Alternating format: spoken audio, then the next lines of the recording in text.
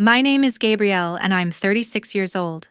At our family's Sunday dinner in my parents' home here in Indianapolis, my sister-in-law Haley leaned forward and said it loud enough for everyone to hear.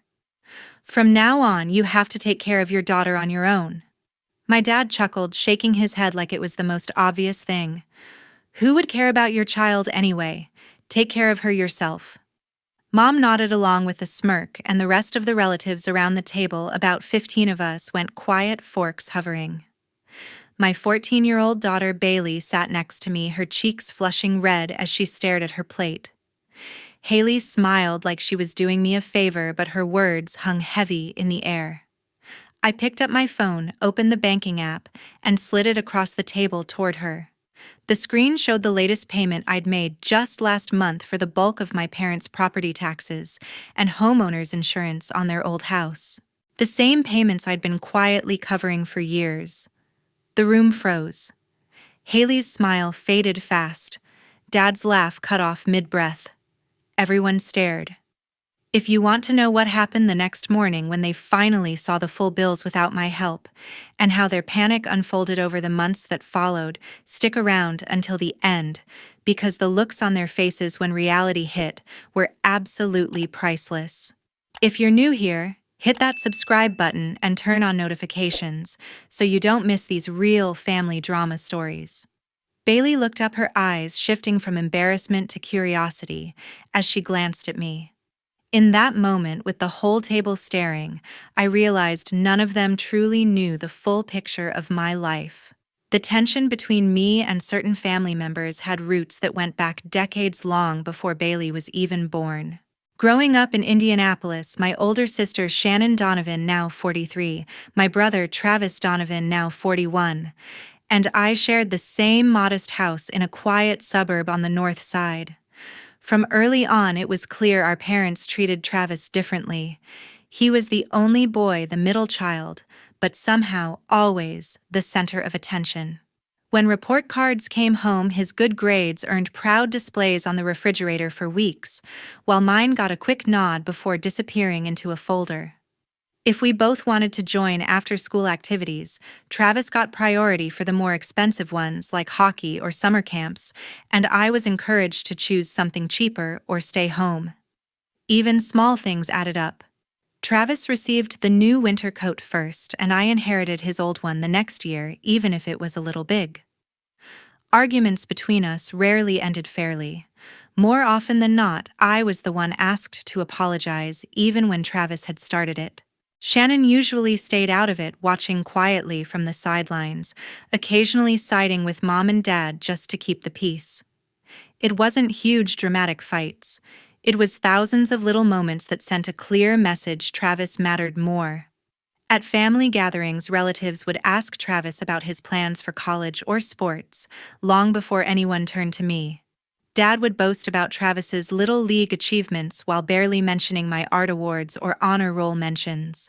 Mom defended it by saying boys needed more encouragement to succeed, as if my efforts counted less. When I started dating Scott in high school, Travis made snide comments to friends about how Scott was too good for me. At my wedding years later, Travis pulled Scott aside and joked that he hoped Scott knew what he was getting into. Shannon stood nearby, smiling politely, but never stepping in to shut it down. Even after Scott and I bought our own small house not far from my parents, the pattern continued. Travis and Haley got help with their down payment from Mom and Dad when they bought a bigger place, while no one offered us anything similar. Dad simply said we were doing fine on our own. Haley, always quick with advice, would drop hints about how lucky Travis was to have steady support growing up. Shannon, married and living across town, visited less often, but echoed the same sentiment whenever she did. Family looks out for each other, especially the ones who need it most. Back at the dinner table, Haley forced an awkward laugh, glancing around for backup. "We were only trying to help you, Gabrielle. You've been on your own so long, we just worry." Travis nodded quickly, his face still pale. "Yeah, exactly. We're family. We look out for each other." Shannon sat across from me, arms folded, saying nothing. Her eyes flicked between Mom, Dad, and Travis. but she kept her expression neutral, like she was waiting to see which way the wind would blow. Dad cleared his throat, trying to regain some control. No need to make this a big scene. We all care about you and Bailey. Mom reached for her water glass, avoiding my gaze. The relatives shifted uncomfortably, suddenly very interested in their cooling food. Bailey's hand brushed mine under the table, a small gesture that grounded me more than anything else in the room. Haley tried again, voice softer now. Really, we didn't mean any harm. We thought you needed the push. Travis added, Come on, let's not blow this out of proportion. But their words felt hollow, echoing years of the same dismissive tone I'd heard since childhood. The favoritism wasn't new. It had shaped every major moment of my life. And now, with Bailey watching, I knew the pattern couldn't continue. Everything truly started to change after my husband Scott died in a car accident 8 years ago. I was 28 then, suddenly a single mom to a 4-year-old Bailey living in the small house we had bought together just a few years earlier on the south side of Indianapolis. The life insurance payout was substantial enough to cover the remaining mortgage and give us some breathing room, but I knew it wouldn't last forever if I didn't make smart choices. Instead of spending it down, I took online courses in real estate while Bailey napped or played quietly nearby. Within a year, I used part of the money as down payments on 2 modest rental properties in stable neighborhoods around the city, one near Butler University and another in a growing suburb. The rents covered the mortgages and generated a steady extra income that grew as I learned to manage repairs and tenants myself. I kept all of this completely private. No one in the family knew about the investments or the growing equity. To them, I was just getting by on whatever part-time work I could find from home. At first, their visits felt genuinely supportive. Mom and Dad would stop by on weekends with bags of groceries, saying they had extras from their own shopping. Travis and Haley brought takeout containers from their family dinners, insisting we could use the leftovers since feeding a young child alone must stretch the budget thin. Haley often suggested I look into local administrative jobs or retail positions, forwarding listings she found online with notes about flexible hours for single moms. Dad offered to come over and mow the lawn or fix small things around the house, framing it as helping me keep up appearances in the neighborhood. Shannon called every few months to check in, asking if Bailey needed anything for school and offering hand-me-down clothes from her own kids. It seemed like they all wanted to be there for us during the hardest time. But over the next couple of years, the tone shifted in subtle ways that built up quietly. The groceries came with casual comments about rising food prices and how tough it must be managing on one income. The leftover trays arrived with bright smiles, but carried an unspoken message about charity. One Thanksgiving, Haley showed up with foil pans from their own feast, explaining they had cooked too much and thought we might appreciate not having to prepare a full meal. I thanked her warmly, stored them in the fridge, and later quietly discarded most of it because the implication stung too much. Dad began driving past our house occasionally and later mentioning at family events how the exterior paint was starting to fade or the gutters needed cleaning. He offered to send his handyman over as a favor, assuming I couldn't afford regular maintenance. Mom asked detailed questions about Bailey's daycare costs and whether we were keeping up with routine doctor visits, always with that concerned tilt of her head that suggested things were tighter than they should be. Travis loved pointing out how my older car might break down at the worst moment, urging me to consider trading it in before it became unreliable with a child depending on me. He never directly asked how we were actually managing finances. He just assumed struggle. Meanwhile, without telling anyone, I had started covering the bulk of my parents' annual property taxes on their longtime family home, the one they had paid off years earlier, but still carried significant bills for in Marion County. I also paid most of their homeowners' insurance premiums and handled major repairs like replacing the aging furnace one harsh winter and patching the roof after storm damage. I did it through online transfers labeled generically or by sending checks to contractors directly so they never saw my name on the statements. To them, the bills seemed lower than expected, or repairs got done without them arranging payment. They chalked it up to good timing or senior discounts. I stayed silent about my own success, because I wasn't ready to open that door. Part of me still hoped that if I didn't challenge their assumptions, they might eventually see we were fine on our own. Deep down, though, I knew keeping the truth hidden protected Bailey from even more judgment. By the time Bailey started elementary school, the family's comments had become more direct. At birthday gatherings, relatives asked if she was getting the same opportunities as other kids, hinting at private lessons or extracurriculars we might not afford. Haley once offered to chip in for new school clothes, framing it as no big deal since their own children had outgrown things quickly. The weight of pretending to struggle while actually providing quiet stability for everyone else grew heavier each year. I watched Bailey absorb those subtle messages that her mom needed help, that we were the ones falling behind, and it hurt more than any financial strain ever could. I told myself I was doing it for family peace, for the sake of holidays together, and Bailey having grandparents in her life. But inside, a quiet resolve was building. One day, the facade would have to end. Haley tried to force an awkward smile, her voice pitching a little higher than usual. I held her gaze steadily and began scrolling through the banking app on my phone, turning the screen so everyone at the table could see the transaction history clearly.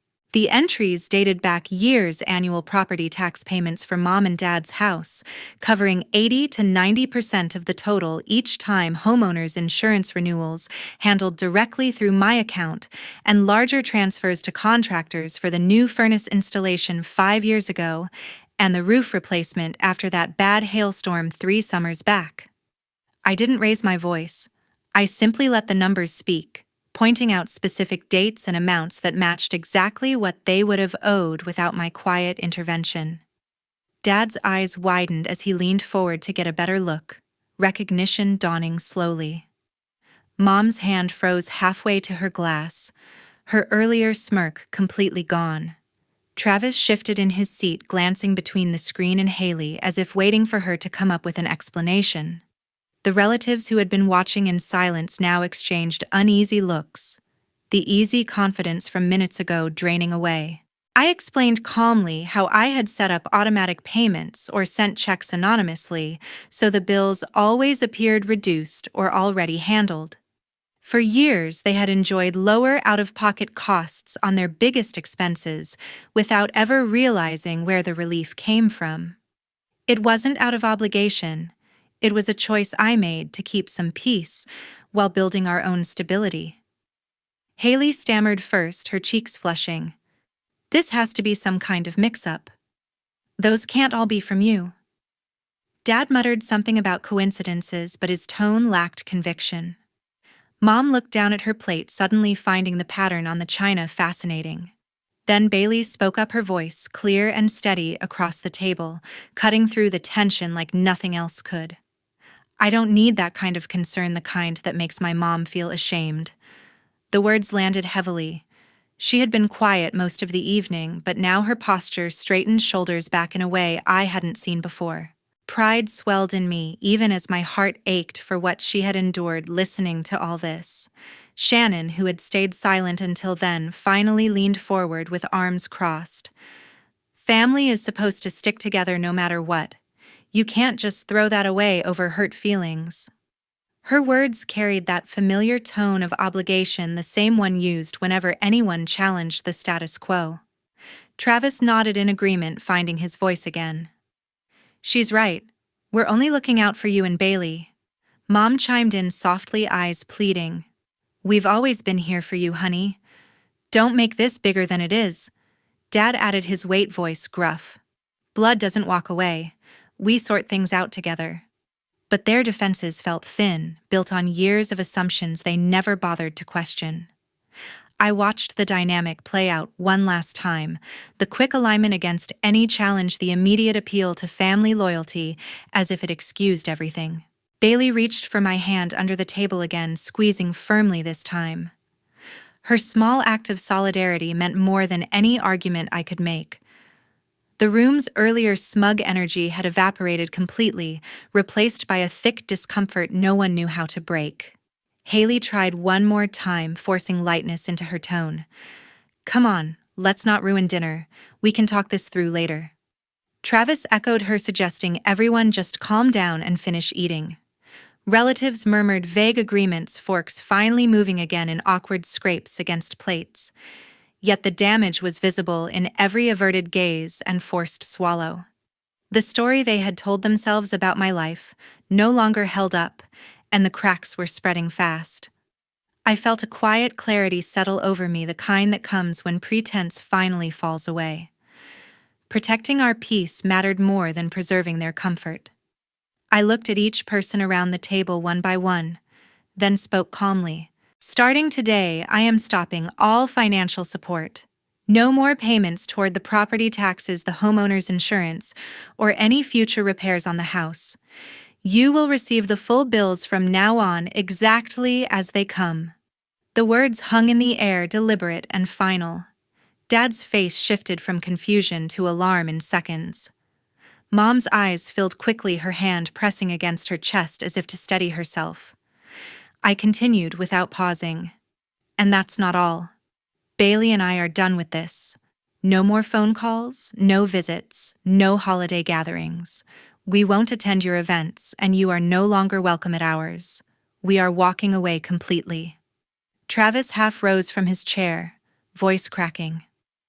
"You can't be serious. This would hurt everyone, not just us." Haley reached toward me across the table, palm open in plea. "Think about what you're doing. We're family." Shannon shook her head slowly, expression hardening. "This is too extreme. You don't cut off blood over money." Mom found her voice soft and trembling. "Please, honey, we can work this out. Don't take Bailey away from her grandparents." Dad leaned forward, face reddening. "You're angry right now, but walking out like this? Over a misunderstanding?" Their pleas overlapped briefly, each one trying to pull me back, with the same familiar appeals to loyalty and connection they had always relied on. Relatives watched in stunned silence, no one daring to interrupt the rapid unraveling. But I felt no pull anymore. Years of carrying the weight alone, of swallowing the judgments and quiet hurts, had led exactly to this moment. The decision wasn't sudden. It had been building every time I transferred money without acknowledgement, every time their concern masked superiority. Bailey squeezed my hand tighter, her choice clear without a word. She rose beside me as I pushed my chair back, the scrape against the floor echoing louder than it should. I met Mom's tearful gaze one last time. "I've thought about this for a long time. This is what we need." Travis moved as if to block the path to the door. "Wait. At least talk about it more." Haley added desperately. "Consider the kids. They need their cousins, their aunt." Dad stood fully now, voice rising. "You're breaking up the whole family." Yet no one physically stopped us. The shock held them in place, words tumbling out but actions frozen. The same people who had confidently offered unsolicited advice minutes earlier now seemed smaller, grasping for control that was slipping away. Bailey and I walked past the untouched desserts, past the cooling plates and averted eyes of cousins and uncles who suddenly found nothing to say. The front door opened easily under my hand, the evening air cool against my skin after the stuffy dining room. We stepped into the driveway where my car waited under the porch light. Bailey slid into the passenger seat without hesitation, buckling up as I started the engine. The 30-minute drive home felt both endless and mercifully short, the familiar streets of Indianapolis passing in quiet headlights. No one followed us out. No calls came that night, perhaps, because they knew the numbers would already be blocked. The house we returned to felt lighter somehow, even in the darkness. For the first time in years, the future stretched ahead without the constant background strain of maintaining appearances for people who never truly saw us. Bailey leaned her head against the window, silent but calm. I reached over and rested my hand on her knee, grateful beyond words for her steady presence beside me. The break was clean, irreversible, and necessary. Peace, I realized, was worth far more than forced connection. The morning after, I had already blocked every family phone number. Mom and Dad received their first full property tax statement and homeowner's insurance renewal without any reduction a few days later. Dad called from a different line at work, leaving a voicemail that started calm, but quickly turned frantic, asking what I meant and why the bills were so high all of a sudden. Mom tried from a neighbor's phone the same afternoon, her message, tearful, wondering if we could at least discuss things before making permanent changes. I listened once to each, then deleted them without replying. The silence on my end felt strange at first, like an empty space where background noise had always been. In those early weeks, Bailey and I settled into a quieter routine at home. She asked only once if Grandma and Grandpa were okay, and I answered honestly that they would figure things out just as we always had. Her questions stopped after that, replaced by longer conversations about school friends and projects. Word filtered back indirectly about my parents' adjustments. They canceled their usual weekend dinners at local restaurants and stopped the small trips to nearby casinos they enjoyed a few times a year.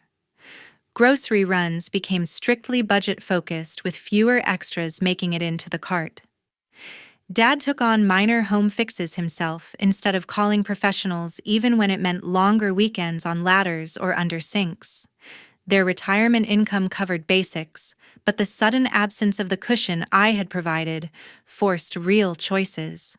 Mom mentioned to a mutual acquaintance that utilities and maintenance felt heavier than expected after so many years of things seeming manageable. Travis and Haley faced their own ripple effect sooner than I imagined. Without the occasional help from my parents, money they had freed up because their own major expenses stayed low, their household budget tightened noticeably. Travis confided in a coworker that arguments over spending had increased, especially around private school fees for their kids and the mortgage on their larger home. Haley reduced her part-time hours slightly to handle more at home, but the lost income added pressure. Evenings that used to end with takeout or streaming new releases turned into earlier lights out and clipped conversations about cutting subscriptions or delaying vacations. Shannon, living farther out with her own family, kept reaching out through text messages that arrived sporadically over those first months. One accused me of punishing everyone for old grudges. Another lectured about forgiveness and setting an example for the younger generation. A third simply asked if I ever thought about how lonely Mom sounded on the phone with her. I read them when they came, feeling the familiar pull of guilt mixed with resentment, then left them unanswered. Blocking her number felt harder than the others, but necessary all the same. Bailey noticed the shift in our home atmosphere gradually.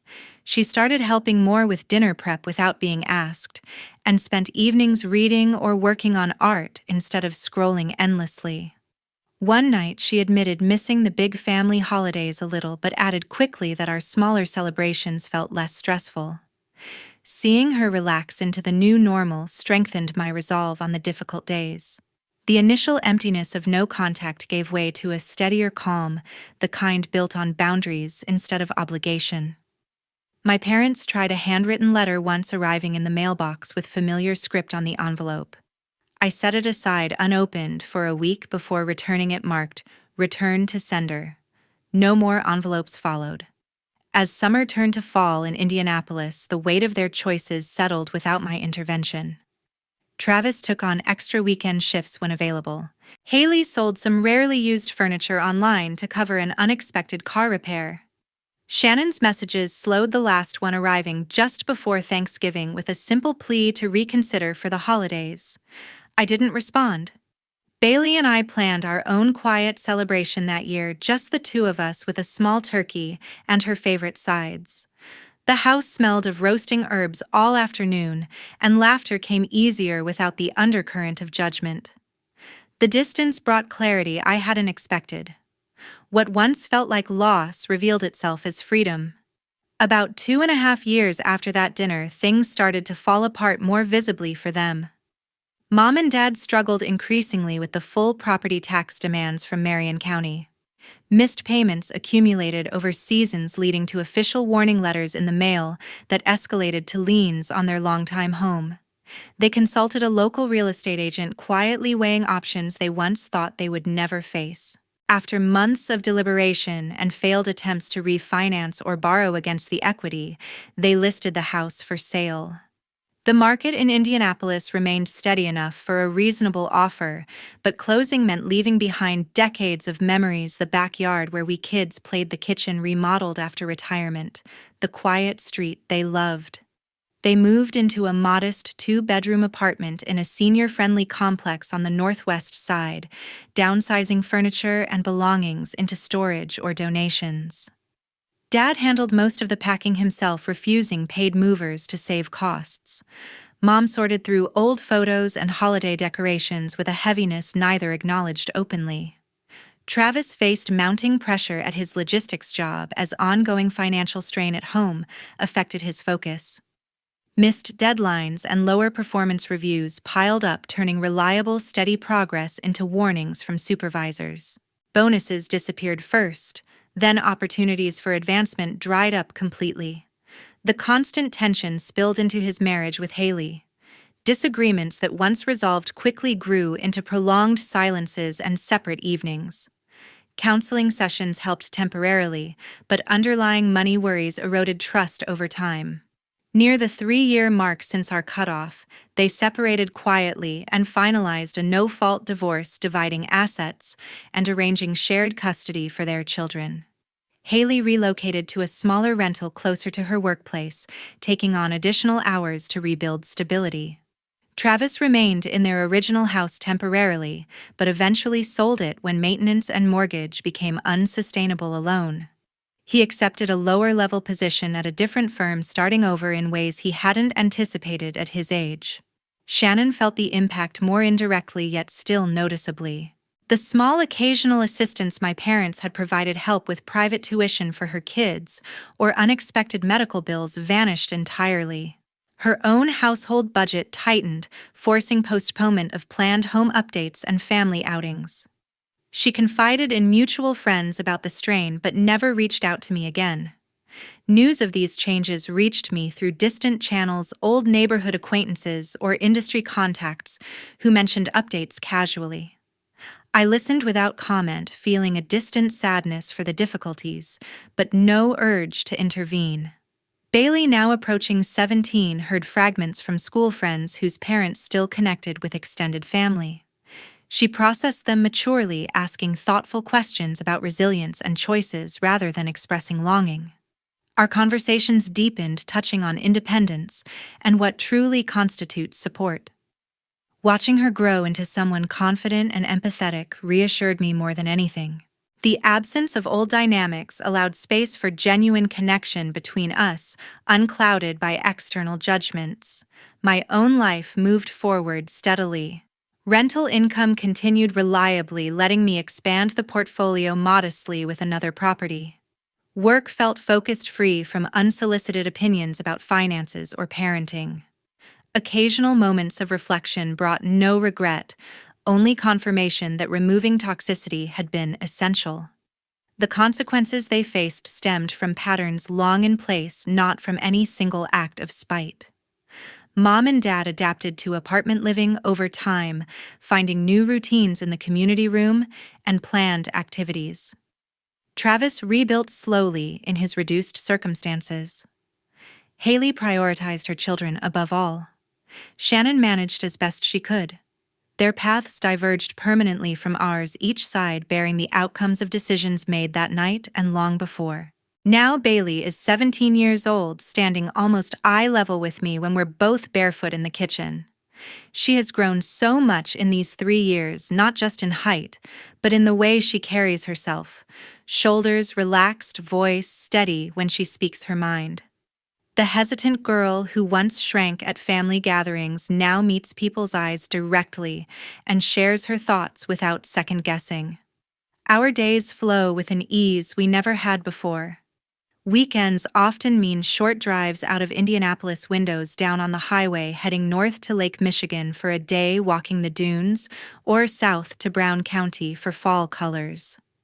Sometimes we pack overnight bags and spend a relaxed evening in Chicago, wandering museums or trying new restaurants without rushing back for obligations. At home, we made small upgrades that feel luxurious in their simplicity: a fresh coat of paint in the living room, chosen together new countertops that make cooking side by side more enjoyable, comfortable furniture arranged for conversations rather than formal visits. Nothing extravagant, just choices that reflect our own tastes, finally unfiltered. Bailey started asking questions about the rental properties during our evening talks. She pores over basic market reports I leave on the table, curious about vacancy rates or how location affects value. One afternoon, she suggested analyzing a potential new purchase together, sketching notes on paper with surprising insight for her age. Watching her connect the dots brings a quiet pride I never expected. I guide her gently, sharing lessons from my own path without pushing. She listens intently, then adds her own ideas about ethical investing or long-term community impact. Her perspective reminds me daily why protecting our space mattered so deeply. Looking back, I hold zero regrets about that night. Early doubts faded completely as the benefits became undeniable. Removing the constant undercurrent of judgment allowed both of us to breathe fully for the first time. The consequences for the others settled naturally over time. Mom and Dad adjusted to their smaller apartment. Travis rebuilt at a slower pace after the divorce. Haley focused on new beginnings. Shannon managed within tighter means. Their lives continued, shaped by choices accumulated long before mine. The lesson sits clear and powerful sometimes.